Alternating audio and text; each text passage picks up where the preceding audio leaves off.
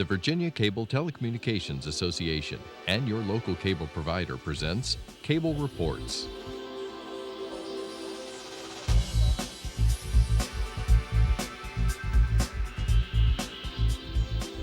Join us now as Cable Reports brings you up to date on current issues facing the Commonwealth through discussions with your local legislators and other policymakers from across Virginia.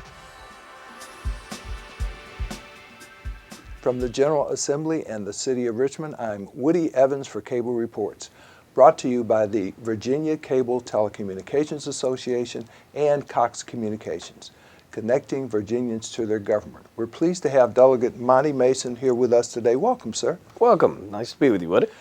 There was a signature event in Williamsburg last Saturday that I believe you attended, a commemorative session of the General Assembly. I think that happens only once every 4 years. It did, sir. It was, I think, the 26th one, and it was great to have many of my colleagues and friends down at home back on Duke of Gloucester Street.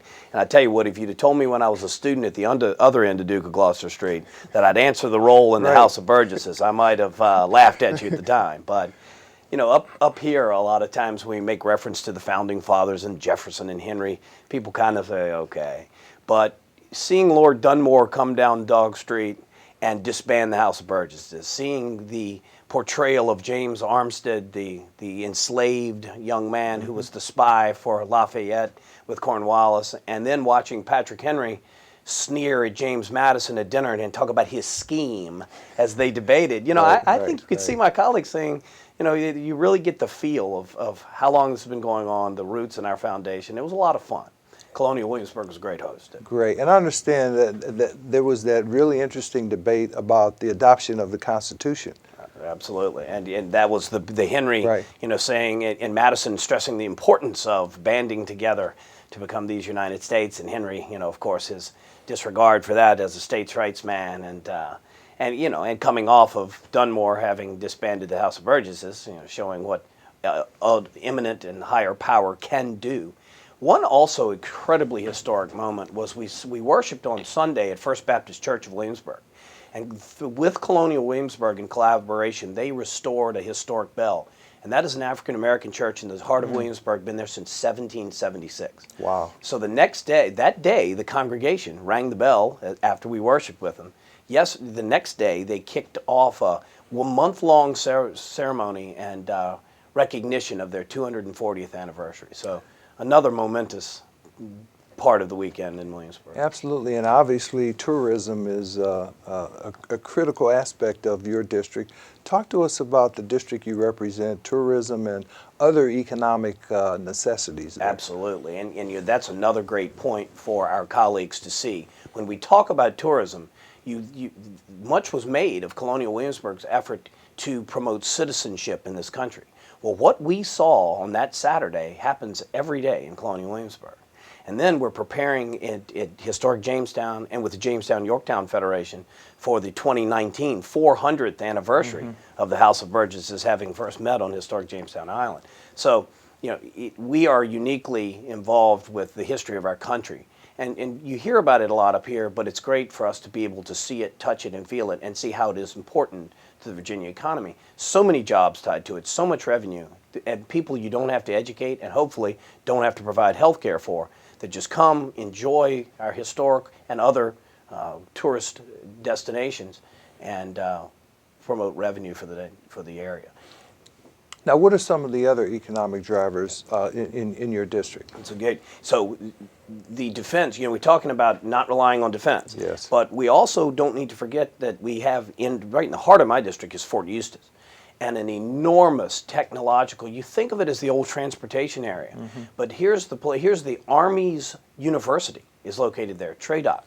The Army's Navy is located there on the James River, as well as their technological advancements that they're doing, simulations of both strategy in battle as well as training simulation there is just amazing. And so part of what we've done with the Department of Veterans Services is work on the Virginia Values Veterans Program, trying to go to employers and say, hey, you know, let's get you trained and certified for these 33,000 veterans that are coming out of the military service, and then the Virginia Transition Assistance Program that helps these servicemen and women. And what are we trying to do?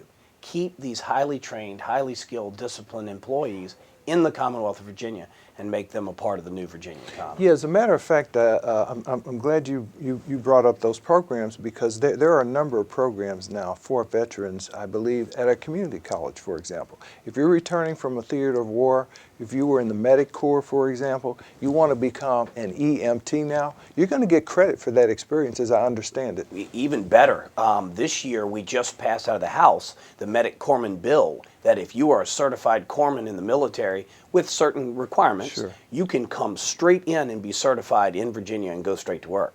David Yancey and I worked together last year on the Credit for Community Colleges bill, so that you can take your certifications, your training from the military, and as of December 31st, go to any community college in the state, give them what you've done, and they will come back to you and say, here are the credits that you enter into the program with. What does it do? It extends the GI Bill, so it gives them more opportunity for education. And again, back to your corpsman example, why do they need to take a 101 class when they've been treating people on the field of battle and they're well beyond that? And understand, in the budget this year, there's money for 2 new service centers, one in Hampton Roads, Yes, sir. one in Northern Virginia. The Admiral Secretary Harvey just said that on May the 1st, they're going to announce the location of the Hampton Roads and the Northern Virginia Health Centers. He said, so you can stop calling, because I know there are a lot of folks that are interested in putting it in their area. But we'll announce where that is going to be, and then in October of, I believe, 17, we'll hopefully we'll move forward. I think we come out of the ground maybe this October, but really working hard to get 120-bed treatment facilities in both areas and expand healthcare opportunities for veterans. We also have 26 benefit centers around the state. So if you're struggling with getting your benefits, or you don't understand what your benefits could, would, should be, or you're trying to engage and enter into the workforce, there are 26 areas around the state. We added 3 this year, and hope to add 3 next year, one of which should be in Williamsburg. Now, I understand there's been a push to create a veterans court, so to speak, because a lot of our veterans, because of PTSD and other ailments, are having some problems with our criminal justice system.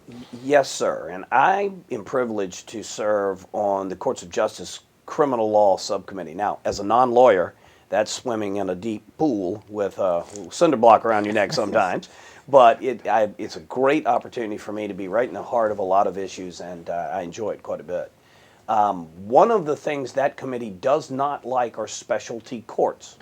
Every justice is blind in the eyes of the law, everyone to be treated equally. But we've seen drug dockets, for an example, be very successful. I've seen Commonwealth attorneys stand before me and say, you know, when this first started, I thought it was a bad idea. Now I'm a full believer.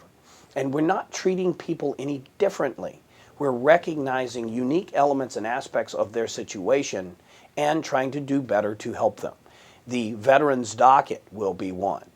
We've battled over that. The first term that I was here, Senator Bryce Reeves on the Senate side has been instrumental and is working hard towards finding a way. If it's not court, fine, but if it's some sort of docket that the judiciary will get involved in, the local law enforcement, Commonwealth attorneys can be involved in. The whole idea is not to not punish someone for the crime they committed. I mean, we understand that. But from that point, move forward and try to get people back on their feet and moving forward. Talk a little bit more about how the Virginia Values Veterans Programs gets together veterans with potential employers. So Admiral Secretary Harvey calls it the secret decoder ring. Because, and the base commander of one of my areas said, what is a base commander in the real world? And everybody looked, he said, is it a CEO? Is it an executive vice president? Is it a senior? And so his point was, the Continental, the governor announced a big expansion right in Newport News for Continental. They say, hey, there are like 10 different types of machinists in the military. 6 of them do me no good whatsoever. 2 of them, with some training at the local community college, within a couple of years I can slot in, and 2 of them I can move right in and get them in going and hiring. So the Virginia Values Veterans Program certifies and works with these companies that want to hire these folks, and then works with the Transition Assistance Program to try to put them together and interpret what has been done by these folks in the military and how they can help the companies that are in need of employees and skilled workers. Let's talk a little bit about the economy in your district, because I think today Newport News Shipbuilding is laying off another 700 odd people as a result of 3 ships. That's right. There are 3, I forget their names, but 2 of them are being worked on. One of them is being decommissioned, but Yes, sir. be that as it may, they're going to be gone shortly. And we unfortunately went a little bit of a dip there because the contracts are going to be very soon on the rise. Right now, that's causing the need for them, unfortunately, to lay off workers. But again, what we need to do there is match these people, because these are very skilled workers, and there are other employers in the area and in Virginia that need help. And so our ability to help them, just like we just talked about with the veterans, is critical. And the economy in our area is subject to the sequestration deal, and it is not put away; it was just put off for 2 years. So we do need to continue to diversify and grow our economy with different ways. That stands for tourism as well. Tourism will always be the backbone of our area, but we have to come up with other. And I'll give you an example. I have a highly aging population in my area. By 2020, 25% of Virginia will be over 65. In my 25%? Yes, sir. In my area, it's about 32% now. So with that comes a lot of great experience, a lot of folks that can really invigorate the economy, our nonprofits. So there are great elements to it, but there are also challenges. Aging at home, transportation at some point, healthcare.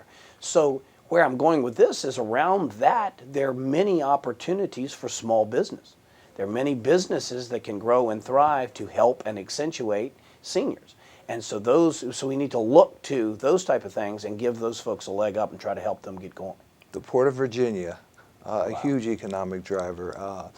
I believe it's in pretty good shape. I think there's a $350 million request from them for infrastructure, because those large ships are starting to show up, and we need more space to accommodate them. Talk to us about the competitive advantage we have with other eastern seaboard ports, and how do we maintain that? It's huge, because these larger ships are only going to want to make 2 port of calls on the East Coast. And because the population center in New York will be 1.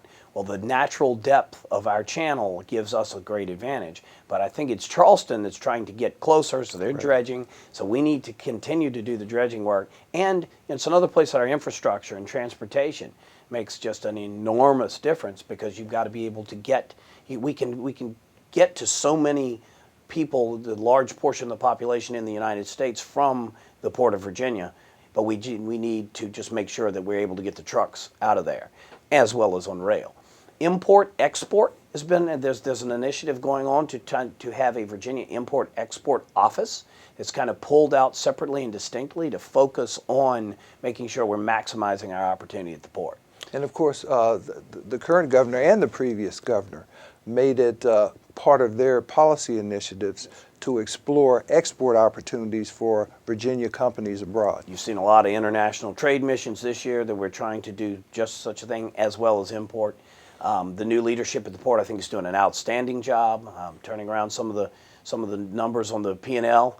And I think it's one place, we talk to all of our colleagues across the state to make sure that they're talking about the port. Because if you look at the map of businesses that are around the port, it really touches every part of Virginia. And so it's an economic driver and a job creator for so many of us. And of course, it comes up further to Warren County, Front Royal, where there's that inland port. Yes, sir. And I'll tell you one thing that we need to put on the radar screen, and that is the Jefferson Lab opportunity. So at Jefferson Labs, we have a great facility, but the Department of Energy has said we're going to do an enormous project. And New York is going to compete for it, and Newport News, Virginia, and Jefferson Labs is going to compete for it. I mean, it's like a $600 billion development, 5,000 jobs, high-paying jobs. Like 1 out of every 3 PhD in physics comes to Jefferson Lab to work today. So this is a great opportunity for us to really grow the next generation, a highly technical opportunity. I asked someone to give me a comparable economic development project that they could name. And they thought for a moment and said, the development of Dulles Airport? So you're really talking on par with something of that size. for the opportunity we have at Jefferson Labs. We were talking earlier about highly technical opportunities. With new technologies, there's new challenges in terms of the need to regulate them. And Yes. you've had an interesting debate on the Courts of Justice Committee about drones. We have.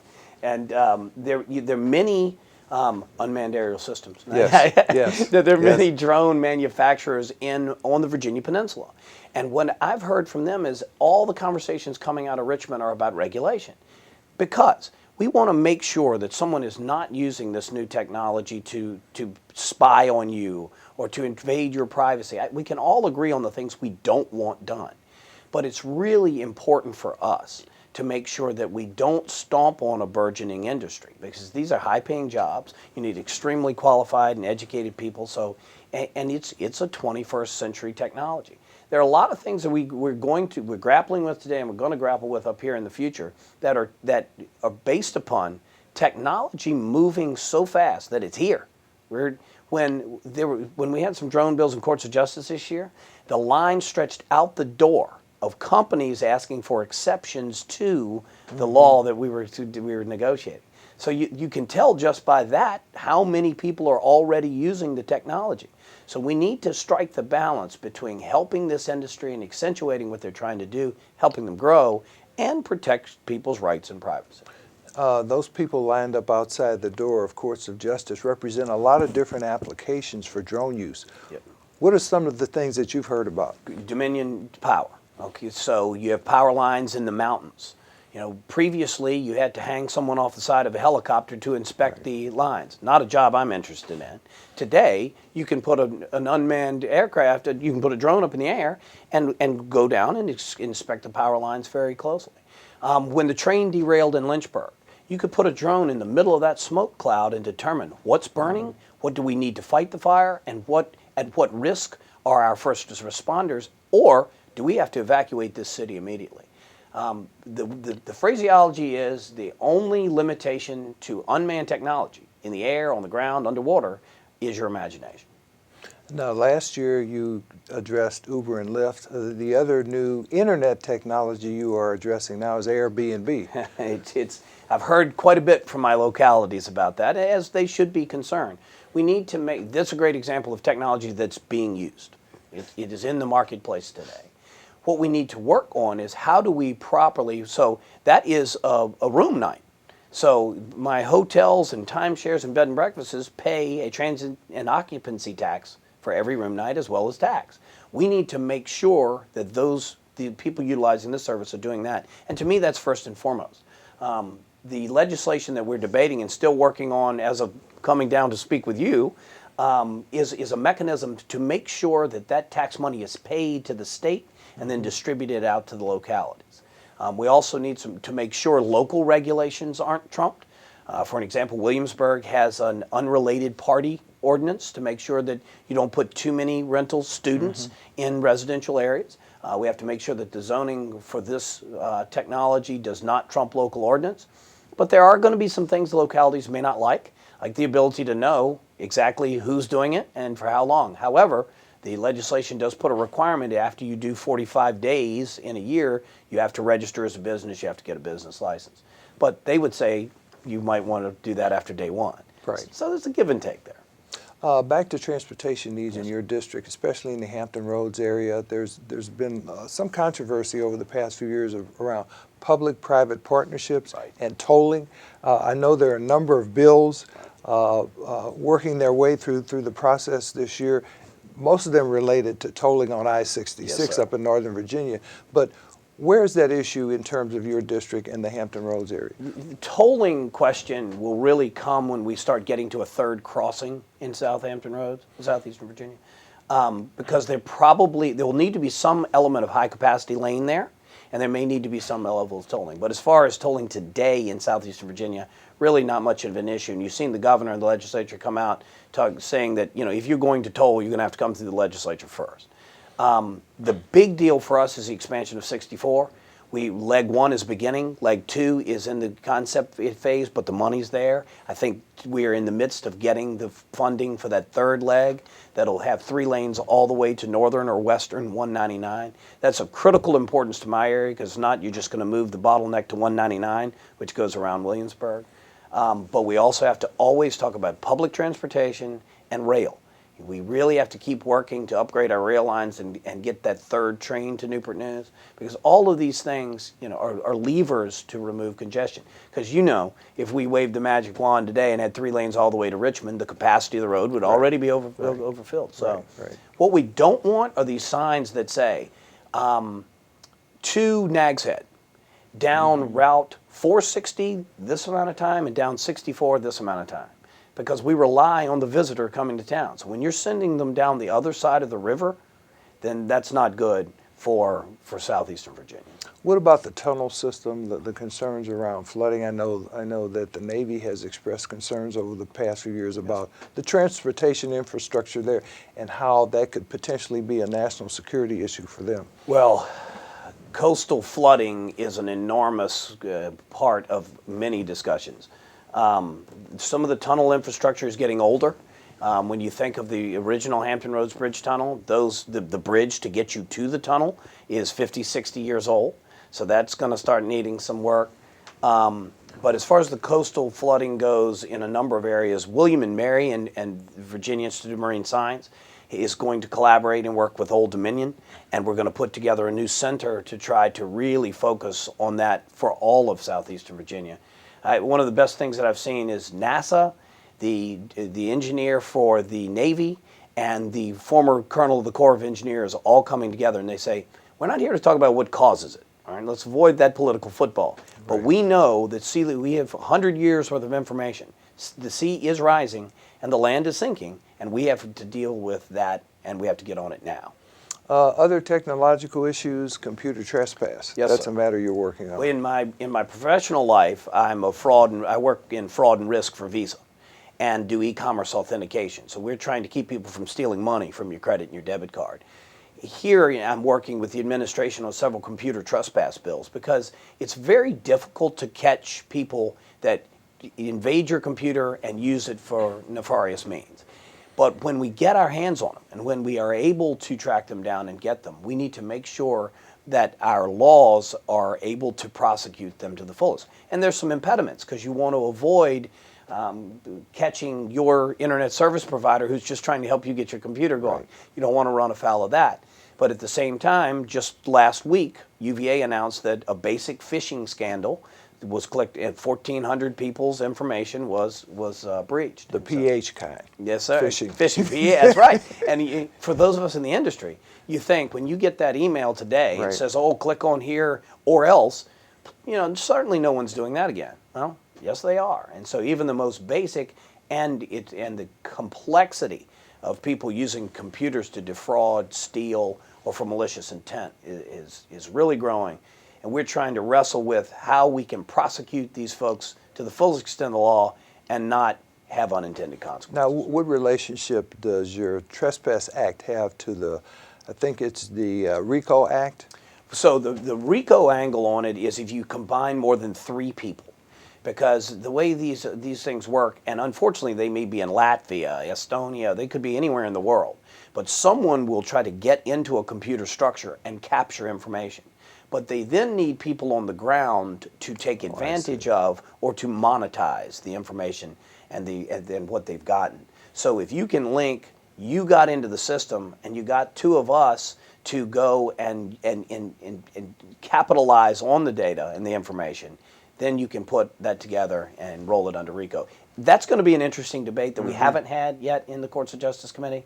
Might be a tough one, but again, we're just trying to come up with as many tools as we can to prosecute these. And for those who may not know the acronyms, I think RICO is Racketeer Influence Corrupt Organization Act. I'm glad you said that and didn't ask me. But yes, sir, that is exactly right. Now, what about electronic communications and the content of those communications? I think there's another bill you're dealing with. Well, and here's a great example. So today we say, hey, we're prosecuting Woody, and we need this email information. All right.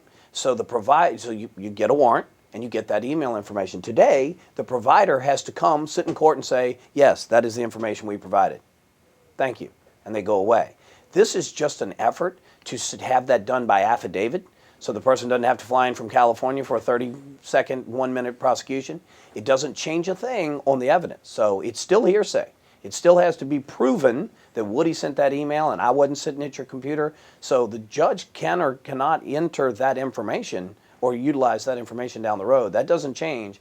It's just that's a practical application of the way things work and that we're trying to make easier. You learn fast. You're not a lawyer, but that's one of the exceptions, the business record exceptions to the hearsay rule. Yes, sir. Education.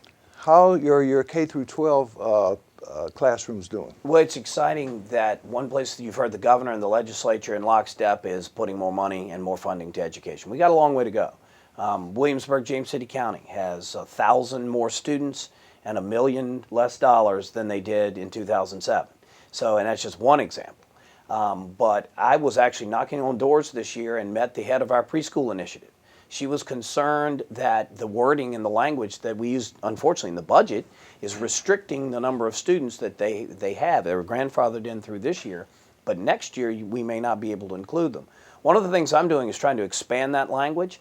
I don't know if it's going to work. I don't know if it makes sense to do it in the code when this is being done in the budget side, but the governor's budget does provide for the locality to allow 15% of local students being served to be outside of the definition of the students we're trying to serve. I put it in. It's a great example of putting in legislation that may or might be well suited or may not pass, but probably not. But it draws attention to the point. It draws attention to the definition. It draws attention to the type of students that we're trying to serve and once we're serving that today, through previous budget language, we're limited to serving. And so it's really trying to shine a light on what are we trying to do, who are we trying to impact, and are we doing it the best way? Trying to educate people. Yes, sir. Well, this is early childhood. This is pre-K. This is, it's the most selfish issue I have. I have a 7-year-old and a 5-year-old daughter. So I've gotten I have one going in second grade and then the second one going to kindergarten. So I get to watch them learn, watch their brains explode, but watch their classmates. Who was prepared? What did you have to do, teacher, to get them to prepared? What percentage of them were prepared? My goal is to make sure that every kid, regardless of means, when they get to school in kindergarten, are ready to learn. 30 seconds left. Do we need more in terms of SOL reforms? It's an ongoing, it's a work in progress. We got to get off to a good start, reducing the number, and we're going to keep working on it going forward. Thank you for being here, Delegate Monty Mason. Good to see you. Thank you, sir. Thank you for watching Cable Reports, brought to you by the Virginia Cable Telecommunications Association and Cox Communications. Until next time, I'm Woody Evans.